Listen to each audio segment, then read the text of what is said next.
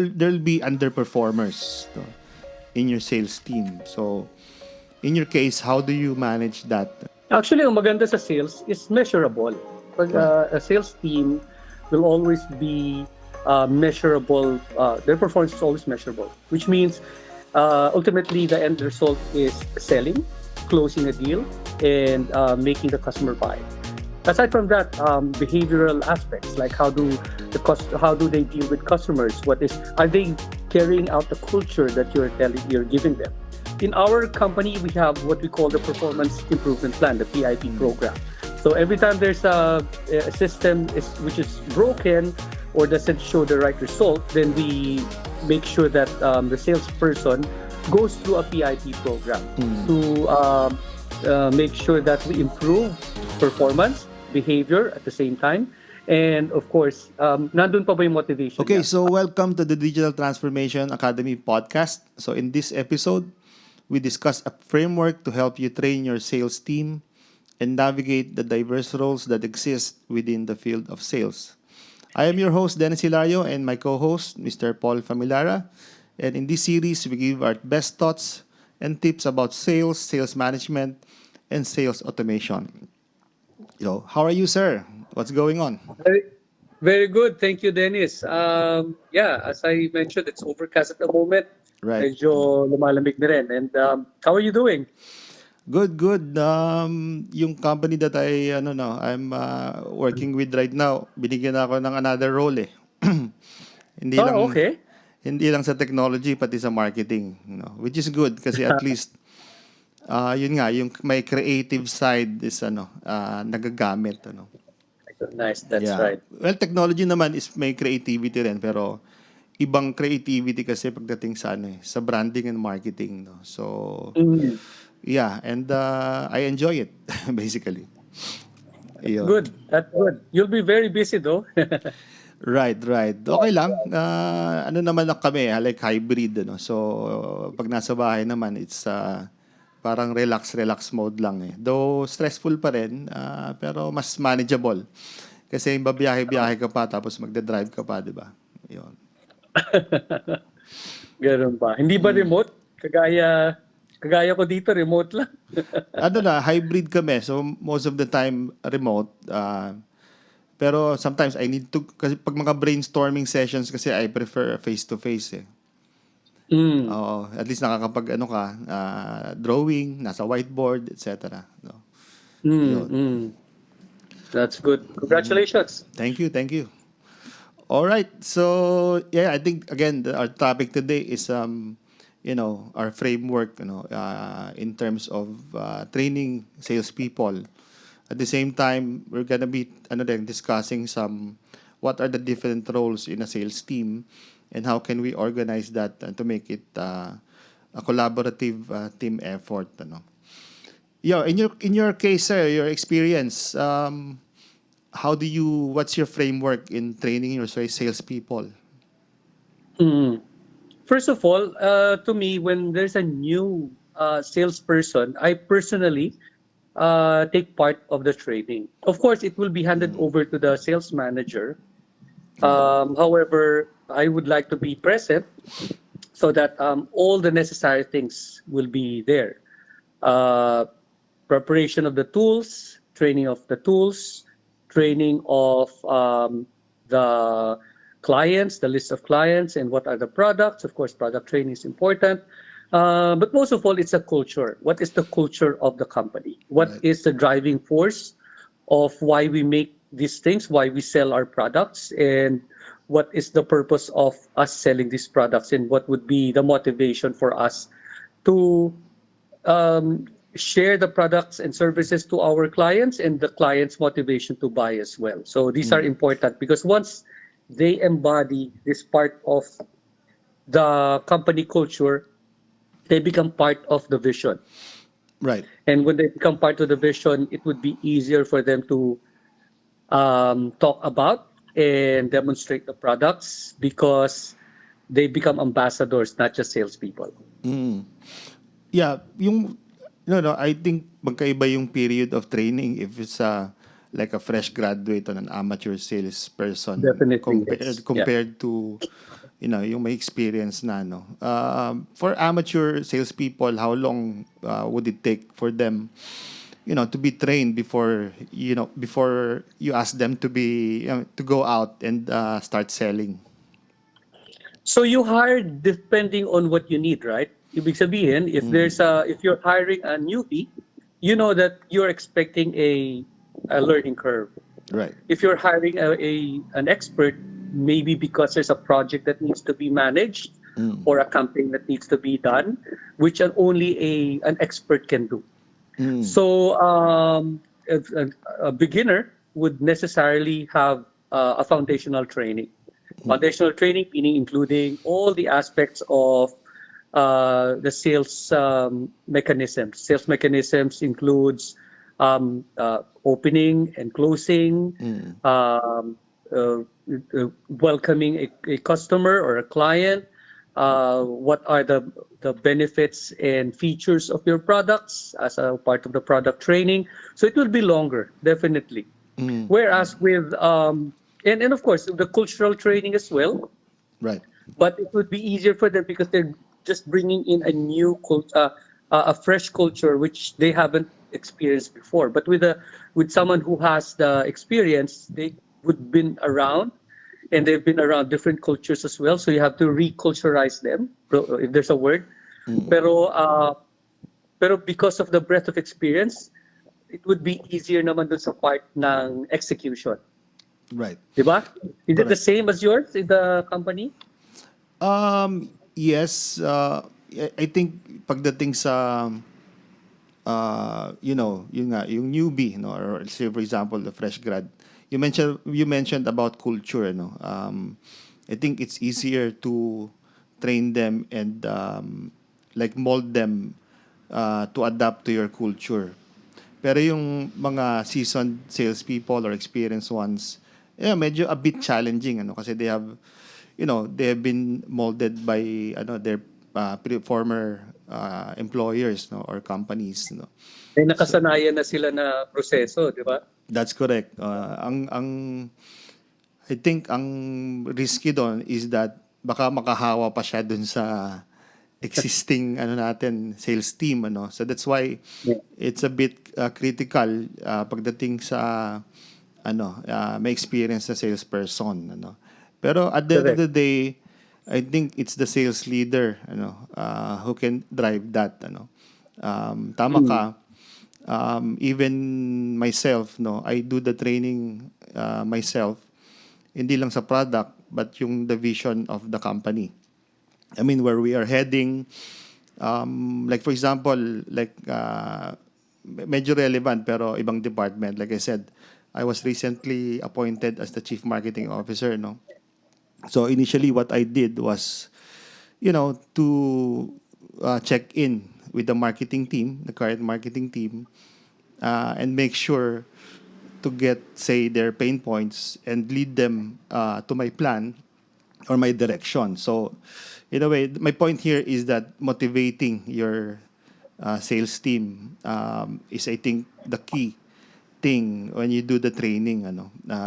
Parang give them the mindset na they are not just working for themselves but also to serve the customer and serve the Mm. purpose of the company. Yon, something like that. Correct. So it's a bit That's parang right. may psychology part na Mm. kailangan mong psychological part na you have to bring to the table, no? Mm. Yon. Actually, I find it easier for people, regardless of newbie or experienced one, to drive them towards the target if they are part of the purpose and they are involved in getting in hitting that target because there's a purpose for the business and purpose for the clients to take advantage of what we're offering. So that's true. Culture and discipline is important in that regard. Right. Yun namang practical ways that I do. Of course, by yung shadowing, no. Mm. Parang on the job so that they can witness yung actual work or actual, say for example, a sales demo or a sales pitch, no? So providing regular coaching and feedback. Like for example, after a sales call, you give them kumbaga you ask them about their observations and then give them insights on why did you say this and why did you say that, ano. And then second is Mm. that we also do role playing, no? Yeah. May isang Yep. term doon eh. I forgot yung ginagamit namin before. Pero yeah, role playing is like you're acting like a customer and then you like give them objections and yun nga parang experience the actual sales pitch, for example, before you let them go and start selling, no? Yun. Mm. When you get salespeople, somehow, syempre, para you get your money's worth, di ba? So to speak, you get someone who are really interested from the get go. She or he has this potential to be salesperson. Kasi testingan mo muna siya sa interview, di ba? Right. You know, the pattern, self-discipline or what have you, di ba? Right. Kasi baka may experience na siya even when he was young, selling in their own store, or probably selling small things, no, trading as a bit of that in here. Um, so what we call in our company the shadowing part that you mentioned is what we call the buddy system. So there is this internal training na nasa classroom lang sila, but it's very short, and then you send them out on the field to meet clients, but with a buddy, with Right. a partner, and the buddy will, demonstrate the right ways, and he will observe, and then probably on the next sales call, that person, the newbie, will sit down and do the actual selling, while the buddy will follow through the rest of it until they master the whole process. And the Right. manager gets involved in terms of evaluating.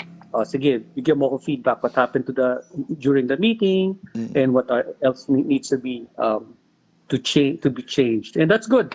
Really, it's shadowing and helping out from the experienced person, especially the one from internal, is important. Now, you mentioned earlier about sabi mo baka makahawa yung mga, 'di ba, may dati ng experience, may ibang idea, kaya importante yung body system or shadowing kasi agad-agad mako-correct mo. Kasi kitang-kita mo kung ano yung hindi kasama sa kultura niyo, that doesn't fit your culture or your way of doing Right. Right. things. Yeah, talking about body system, no. Yeah, I think that's like one good strategy, no, when training them. Pero as you know, yung sales naman really is not ano tawag dito, is not a one man show, 'di ba? It's a collaborative effort from lead generation, like sales management, tapos the actual yung actual selling, no.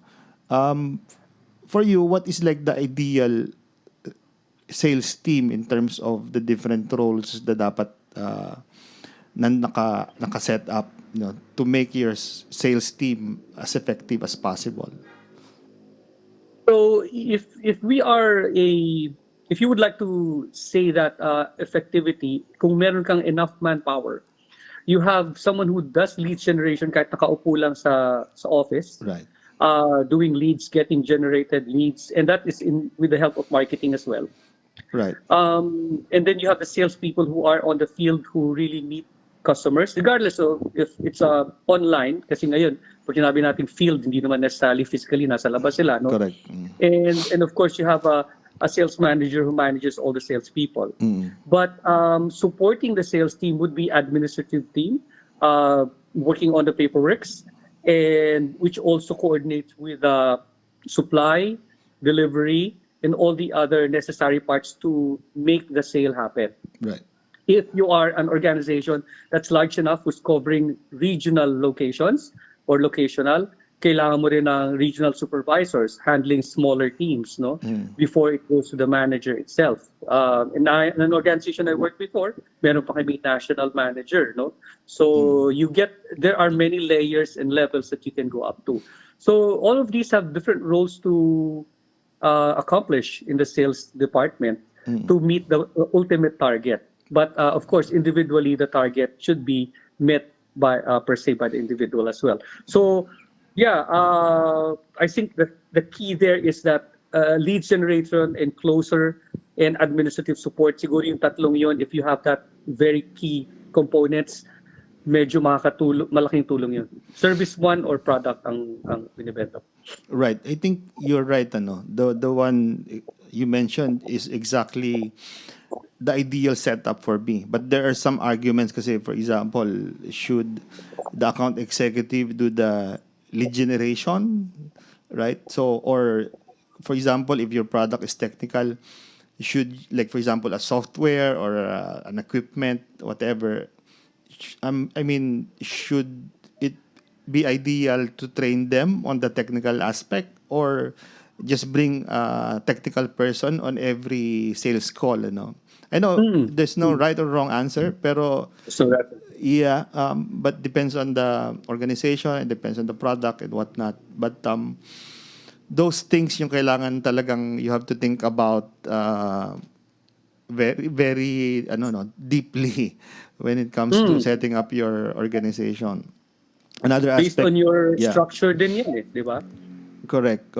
Like for example, it's very difficult. Again, in my case, it's difficult for a salesperson to sell an accounting software, if, especially if they're not accountants, di ba? Mm. If accountants ask for detailed questions like a debit credit, it will take that salesperson one college to understand those things, no? But I think there's a certain level of knowledge pagdating sa technical side na kumbaga kung may 1 to 10, at least yung up to 5 alam niya. And then the deeper Mm. part would be on the, you know, a deeper knowledge about that subject, no?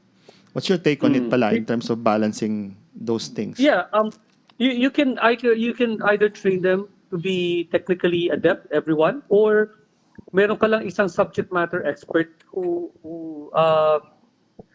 comes in the process if the leads has been generated, and then there's necessary things that the subject matter expert needs to explain to the client. Right. Yeah, it's all about balance. In life, all aspects of life, sinasabi mo nga sa anak ko, it's all about balance. No? Correct. Yeah. Actually, hindi mo talaga, dapat talaga ang sales team mo, hindi lahat magagaling or hindi lahat expert sa isang bagay. Mas maganda talaga, you have a very good balance of skills Right. and attributes, Right. which eventually will make give a better effect for the sales result. Yeah, you mentioned about hindi lahat magagaling ano. And in some cases or some companies, in most cases, especially if your training is not that efficient, no, there'll be underperformers, no, in your sales team. So in your case, how do you manage that, you know, task of dealing with these underperformers? Actually, ang maganda sa sales is measurable. Pag Right. a sales team will always be measurable. Their performance is always measurable, which means ultimately the end result is selling, closing a deal, and making the customer buy. If that customer doesn't buy, then there's a negative effect on your performance. Aside from that, behavioral aspects like how do they deal with customers? Are they carrying out the culture that you're giving them, or you're training them with? So in our company, we have what we call the performance improvement plan, the PIP program. So every time there's a system which is broken or doesn't show the right result, then we make sure that the salesperson goes through a PIP program to make sure that we improve performance, behavior at the same time. And of course, nandun pa ba yung motivation niya? Right. Otherwise, he might need to be moved to another department or otherwise taken out. Right. Right. Yeah. So speaking of that, how many PIPs can you tolerate? You know, before you do the extreme case, no, of termination. Depende yan sa organization eh. Right. Lalo na kung the salesperson is actually technically adept Mm-mm. pero hindi siya wala siyang motivation in terms of really selling or closing a deal. But ideally, it should be within the first two PIPs. Maybe the last would be three. And depends how long your PIP would be. It could be 10 days, it could be 1 month. Right. Kung masyadong makapa yung PIP mo, then definitely the next, after two PIPs, you have already evaluated if the person is good enough. Right. And sometimes Because you might talaga, be losing a lot of, sorry, you might be losing a lot of sales opportunities right. if that person doesn't improve that long. Exactly. At saka, sometimes pag pinipilit mo na yung isang tao, in reality, baka hindi naman talaga siya nag-enjoy, di ba? Doon sa ginagawa niya. Yeah, Or meron siyang personal issues, possibly, baka heartbroken. So, daming aspects, no? So, we had this experience actually. The person, our office was in Ortigas, and the person lives in Valenzuela. right. So every day, the traffic in itself going to work and meeting clients is a task already. Mm-mm. Kahit na magaling siya, we had to let them go. Right, right. Yeah, and at the end of the day, it affects the company, no? It affects the efficiency of the team. So if you will tolerate those things, then in general, in any aspect of the work and business, if you tolerate issues and problems, then hindi siya maganda for the organization. No? Yun, That's so right. moving on, I think we just have one item here before we end this episode. Kasi actually, this is something I experienced or yeah, before. No? Kasi ngayon, hindi naman talaga na ako nagsisales. No? May mga pailan-ilan na lang. But yeah, one of the things that I experience, like I said, is that sometimes I think the term is distracted, or my time is being called for firefighting. So, kasi after you close the deal, di ba, you onboard, you turn it over to the operations. But if the operations are having challenges, or the delivery team is having challenges, most of the time, I don't know if you're in your case, is pumupunta kay sales manager to resolve the problem. No? And that really is somehow shake your efficiency pagdating sa, kasi yung main mo talaga role is sales management and delivering sales.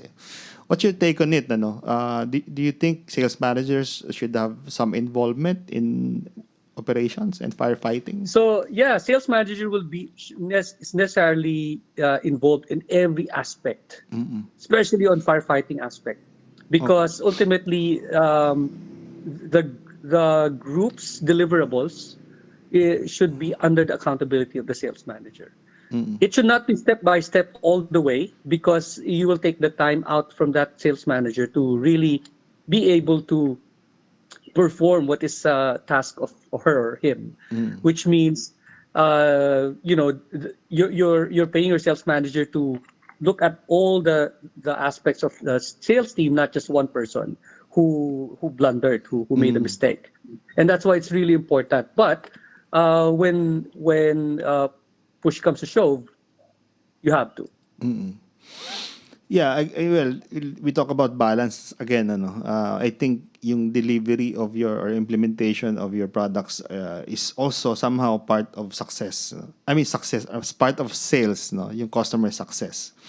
And I think there should be some level of time and effort for the sales manager also to take part dun sa firefighting and delivery of the sales or service. Yon. Mm. Actually, na-mention ko sa last meeting natin was sales manager from time to time must also, parang audit lang ba to sit down and surprise the salespeople. I'll join you today for a sales call, or let's I'll help you prepare this sales call, especially kung alam niya na very important client yan. Right. All right, and I'll be with you. I'll just observe. I will not get in the way, and as long as you're okay, I'm good. Otherwise, just hint me if it's necessary that I need to butt in and help you. Right. Okay, so I think that's it for this episode. Any final words about salespeople training? So far, that's good, Dennis, and we Yeah, have a very fruitful conversation today. This is very right. helpful to all our audience, Yeah. especially those who are just budding business people who are wanting to have a team, a sales team, or kahit mag-isa lang sila. This is very helpful. It is important that you have a good foundation to start with, and then start with your culture and purpose. That would strongly push your sales properly from the start. All right. Okay. Thank you so much, Sir Paul, for your time again for this episode. By the way, Yes, sir. we are about to launch our digital courses. So stay tuned. We're going to be announcing it soon. Including, hindi ko pa announce muna yung domain name, probably in our next episode. That's So right. stay tuned. You'll get, self-paced, pre-recorded courses about, this topic, sales, accounting 101, what else? English courses. So, yeah, watch out for that. Again, thank you for tuning in to to this episode on training salespeople and the different roles within the sales team. We hope you found this episode informative and valuable in helping you build a successful sales team. So if you have any questions or comments about this podcast or would like to suggest a future topic, don't hesitate to reach out to us, and don't forget to rate, subscribe to this podcast for more insights and tips on business, sales, and entrepreneurship in general. So thank you for listening, and we'll see you in the next episode. Thank you, DX Your Life and Business. Have a great day. Thank All you, right. Dennis. Thank you, guys.